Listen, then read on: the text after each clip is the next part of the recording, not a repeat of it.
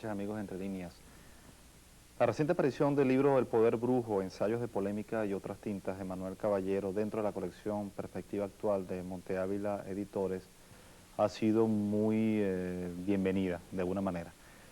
Caballero, autor de reconocida trayectoria, historiador, columnista, analista de los eventos históricos de todo tiempo y a mi manera de ver una de las plumas más agudas, más elegantes del ensayo reflexivo, del ensayo histórico, reúne acá un conjunto de relatos, mejor dicho, de análisis, que cubren realmente diferentes temas. Hay análisis sobre historia política venezolana, sobre determinados personajes, Betancur, etcétera, y también acontecimientos históricos de reciente data. A mí me ha llamado mucho la atención que Manuel haya también escogido este título del Poder Brujo un poco para reunir, o mejor dicho, titular este conjunto de relatos, y me gustaría que le explicara a nuestros televidentes también un poco el origen de esto. Sí, está muy ligado a aquella cosa que todos hemos escuchado con música de falla del Poder Brujo, sobre todo porque aquello que se acerca cuando te alejas y se aleja cuando te vas o al revés, que quiero decir. Entonces, un poco sucede eso con el poder, pero sobre todo por la comparación del poder con el fuego fatuo, que fue lo que, la comparación que hace la copla del amor con el fuego fatuo y que yo creo que se puede también decir del poder. Sobre todo por lo que yo digo en la introducción, y es que no solamente el poder, como decía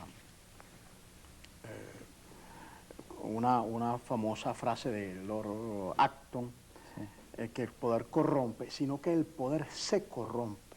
Es decir, hay una constante, no hay poder que no se corrompa. El poder lleva en sí el germen de su propia destrucción y de su propia corrupción permanentemente. Entonces, esa idea del poder brujo no es ligándolo con la brujería ni con la magia, sino ligándolo con esa condición que lo acercaba al fuego fatuo, por provenir al fuego fatuo, de esos gases que libera la carne corrompida en los cementerios. Esa es la explicación del título de El Poder Brujo. Ahora, Manuel, esta cosa interesante que acabas de decir de que el poder lleva el germen de su corrupción internamente y sin embargo ha sido un elemento indisociable al transcurso histórico, por lo menos de Occidente, desde su origen. Y pareciera no haber, digamos, otra fórmula para organizar mínimamente a la sociedad humana, ¿no? Alguna vez yo leía en alguna vieja mitología nórdica que los guerreros nórdicos entraban al Valhalla no a descansar como en el paraíso cristiano o a gozar de todas aquellas maravillas que tiene el paraíso de los musulmanes, sino a pelear por los siglos de los siglos. Allí, es decir, su paraíso era estar guerreando constantemente. Yo creo que en relación con el poder se da una lucha, o se debe dar una lucha, de la sociedad contra el poder, o la sociedad frente al poder, y de la inteligencia frente al poder, que será constante, milenaria, y que siempre, que nunca terminará. Yo creo que la única manera de enfrentar al poder, digamos, con alguna perspectiva de éxito, es tener la conciencia de que siempre se será vencido, de que el poder volverá a reconstituirse y que habrá que volver de nuevo a enfrentarse a él. De modo que, efectivamente, lo que tú dices es cierto. El poder de alguna forma se reconstituirá. Los sueños de los anarquistas de acabar con el poder, de acabar con el Estado, bueno, hasta ahora solo se han dado sí se han dado en un lapso muy pequeño y en espacios muy cortos, realmente. Vuelve el poder a reconstituirse y vuelve entonces la pelea con él. Incluso lo que estamos viendo en referencia a la caída de los regímenes comunistas. Sí. ¿Cuál era el fin último de ellos? Precisamente la extinción del Estado. Y al contrario, lo que se hizo fue afirmar de una manera muy grande, mineralizarlo de forma hasta entonces bastante poco conocida, totalizarlo, ese poder. Entonces no hubo tal extinción, por todo lo contrario, lo que hubo fue una afirmación del Estado. Pero precisamente se ha dado como se ha dado allí, esa lucha contra el poder, y ya se está de nuevo reconstituyendo otro poder contra el cual seguramente será necesario combatir. Ahora, la estructura o la evolución de la estructura de poder en nuestro país, Manuel, tú que has sido un analista privilegiado de eso, donde sin duda épocas históricas, pues no sé, por lo menos ha estado más concentrado y más visible, me imagino, en las épocas de dictadura, y la evolución pues a estos regímenes democráticos. ¿Tú hablarías de algunos signos específicos del ejercicio de ese poder en Venezuela, que de alguna manera sean distintos a otras experiencias? Sí, cada país responde, es decir, el poder tiene una serie de reglas que yo supongo que son iguales para todo el mundo, pero cada país también responde a su propia historia, pues a sus propias características. Ya esto lo había señalado en cierto momento en forma polémica Vallenilla cuando hablaba de cesarismo democrático y cesarismo teocrático. Sí. Decía que en Colombia lo que se daba era un cesarismo teocrático, mientras que aquí lo que se daba era un cesarismo democrático. Es decir, hay ciertos puntos, nosotros somos una dominación, hemos tenido dominaciones tiránicas, despóticas, pero laicas. Nosotros no hemos tenido, por ejemplo, dictaduras católicas, dictaduras como la de García Moreno en el Ecuador, algunos de esos casos pues, sí.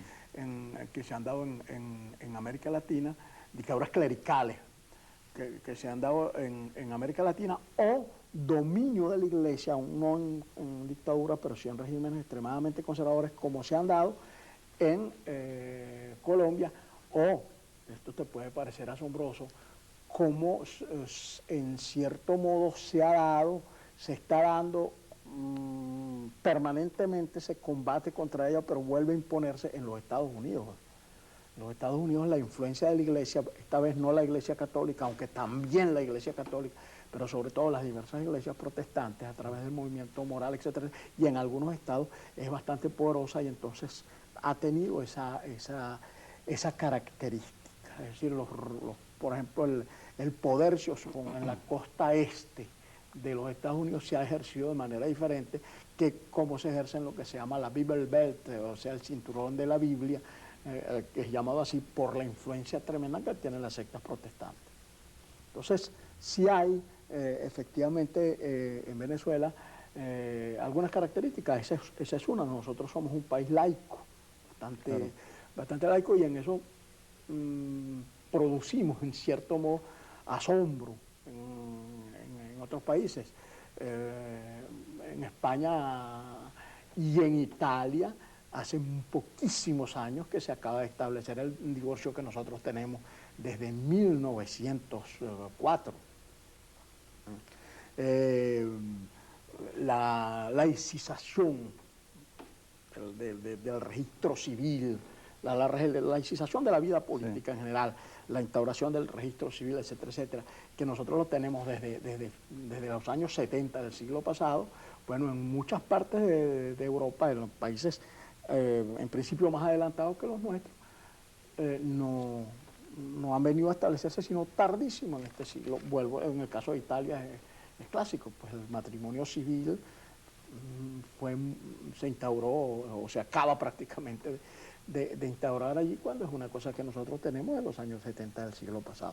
Entonces, en cierto modo nosotros somos más adelantados, claro, en muchos aspectos, podemos ser adelantados, y en otros somos tremendamente atrasados. Yo quisiera traer a comentarios dos interesantes intervenciones, en este caso la primera de Teodoro Petkov y la segunda de Elías Pino Iturrieta. El primero, pues, un político, analista también muy reconocido, y el segundo, un profesor de historia, analista también a su vez. Comentarios, pues, sobre la obra de Manuel Caballero. Creo que podríamos decir de él que es de los más agudos, más perceptivos y más profundos de los analistas políticos venezolanos. Porque la verdad es que Manuel reúne, pues, en una sola persona, cosa que no es muy fácil, la condición de un hombre tremendamente informado, pero no solamente informado, sino culto.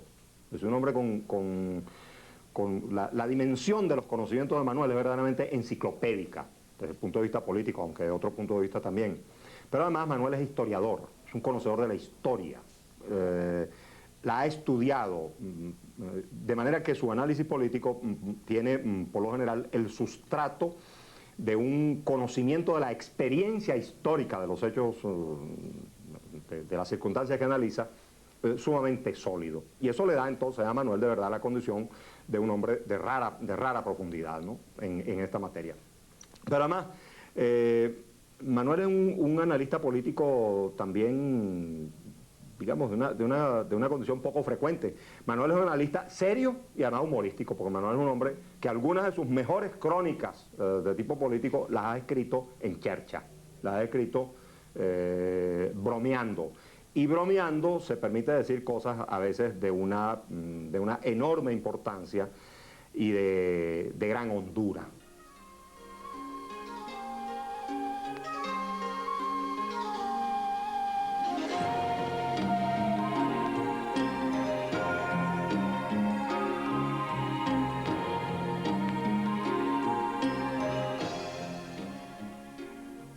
Yo creo que, y que me perdonen muchos de mis colegas, la historiografía venezolana ha sido como muy tiesa y muy pretenciosa de objetividad. Manuel Caballero entra aquí de lleno porque a mí me parece que su trabajo es todo lo contrario de la tiesura y todo lo contrario de esa falsa objetividad que pretende no ensuciarse con el pasado ni con el examen del pasado.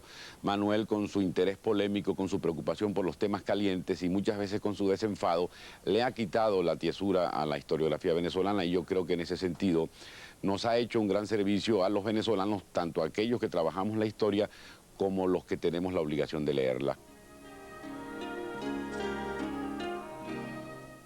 Cuando Manuel se ha dedicado a ser historiador en el sentido académico de la palabra, o profundamente académico, entonces se mete en una biblioteca y saca citas y ficha libros, entonces nos da una obra monumental como su Historia de la Tercera Internacional en América Latina, que es una referencia obligada para los estudiosos del movimiento comunista mundial.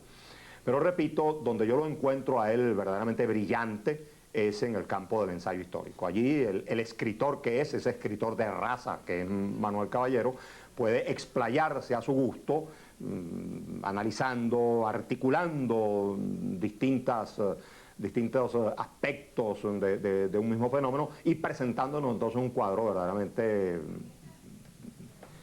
grato de leer por una parte, profundo y vamos a decir así que muy nutritivo para el espíritu. Y hay otro elemento quizá poco conocido por los televidentes, por el público en general, y es el que tiene que ver con la actividad docente de Manuel Caballero. Manuel Caballero es pilar de la docencia al más elevado nivel en la Escuela de Historia, y pese a su lengua de trapo, si se quiere, Manuel es uno de los catedráticos que más llama la atención de los estudiantes, que más les pone en movimiento las neuronas, y sus talleres, sus seminarios y sus cátedras de historia contemporánea de Venezuela son sin duda de las más activas y de las más provechosas que se tienen en la Universidad Central de Venezuela. Y además, por si fuera poco, Manuel es una de las plumas más fáciles, más, diríamos, más densas, pero también estilísticamente hablando, más completas de este país, de manera que logra transmitir lo que piensa de un modo claro, pero además impecable desde el punto de vista del estilo literario. Si estas tres cosas juntas no hacen de él uno de los analistas políticos de verdad más serios, profundos, importantes del país, entonces no sé qué otra cosa podrá hacer. No quisiera perder la oportunidad, Manuel, de analista, pues, excepcional como eres de la evolución de este país, que nos hablaras un poco del futuro.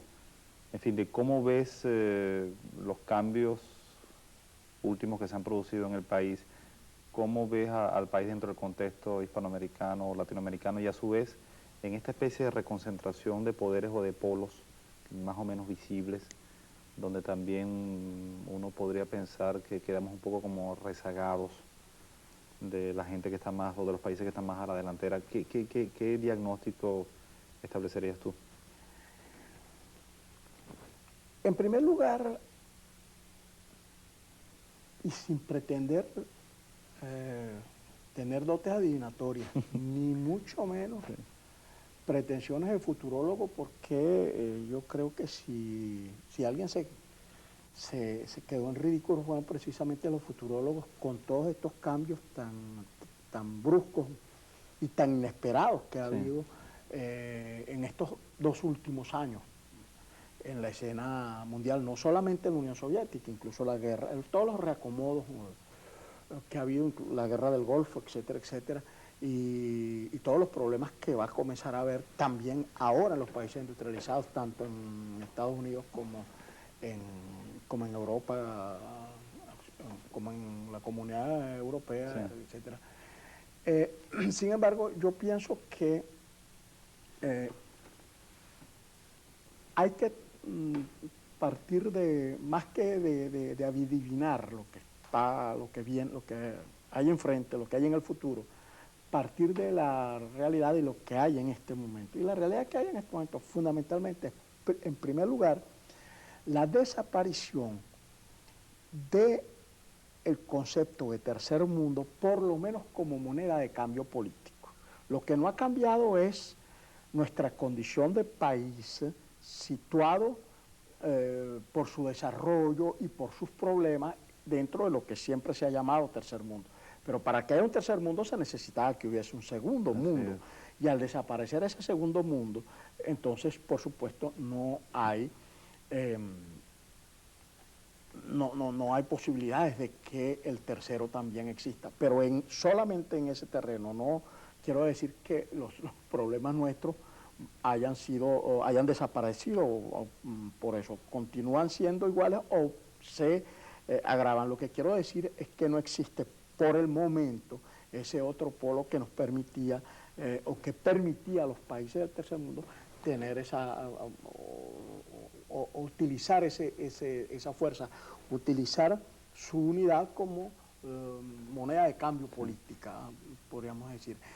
Eso nos obliga a pensar entonces en nuestra relación con la potencia, la única potencia dominante en el momento actual, podríamos decir el único polo, si no fuese un disparate, pues un polo no se consigue sin el otro, sin la única potencia, que por lo demás es aquella con la cual siempre hemos tenido que lidiar, porque nos ha tocado dormir con un elefante toda nuestra vida, o para citar a la frase tan conocida de Porfirio refiriéndose a México: pobrecito México, tan lejos de Dios y tan cerca de los Estados Unidos.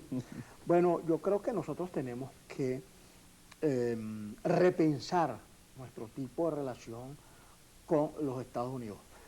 No para pasar de un enfrentamiento a la sumisión, en absoluto, sino para darnos cuenta de cuál es nuestra fuerza real en este momento, sobre qué debemos apoyarnos y en consecuencia actuar. Hay una frase que leía en estos días de Mario Alexandre Iragorri que me gustó muchísimo, que él decía que es muy difícil la asociación del gato y el ratón, pero que siempre es más fácil la asociación entre gatos grandes y gatos pequeños. Dice: yo prefiero que nosotros seamos gatos magros enfrentados a los grandes gatos antes que ser ratones gordos, porque sencillamente el gato enfrentado al ratón gordo, una vez que se canse de jugar con él, puede utilizarlo como alimento suplementario. Claro. Entonces, para él el ratón gordo es el pitillán, que el hombre que ve por los ojos de los Estados Unidos. Entonces, esa no es, eso que tú dices, nosotros tenemos que tener una alianza sin recelos, porque es una alianza entre iguales, partiendo de la conciencia de que ellos son un ratón grande y nosotros somos un ratón, perdón, que ellos son un gato grande y nosotros somos un gato pequeño, o deberíamos ser un gato pequeño. Eso en lo que concierne a Venezuela, a América Latina, específicamente. En cuanto a América Latina, hay una cosa que es bien importante, interesante, y es que por primera vez en América Latina, todos los países del continente, Cuba es un caso especial, que eso necesitaría un desarrollo especial. Todos los países del continente están gobernados por, están siendo dirigidos por gobiernos electos popularmente, sí. pero el problema no es que sean electos popularmente, sino que ese tipo de elección ya es reconocida por todo el mundo. Es decir, la elección popular tenía siempre en América Latina o la desconfianza de la inmensa mayoría que veía eso como un juego de las oligarquías, o cuando efectivamente participaba el populacho, como decía Aristocracias, una forma de, o un rechazo de parte de la oligarquía dominante. Hoy hay un consenso generalizado en que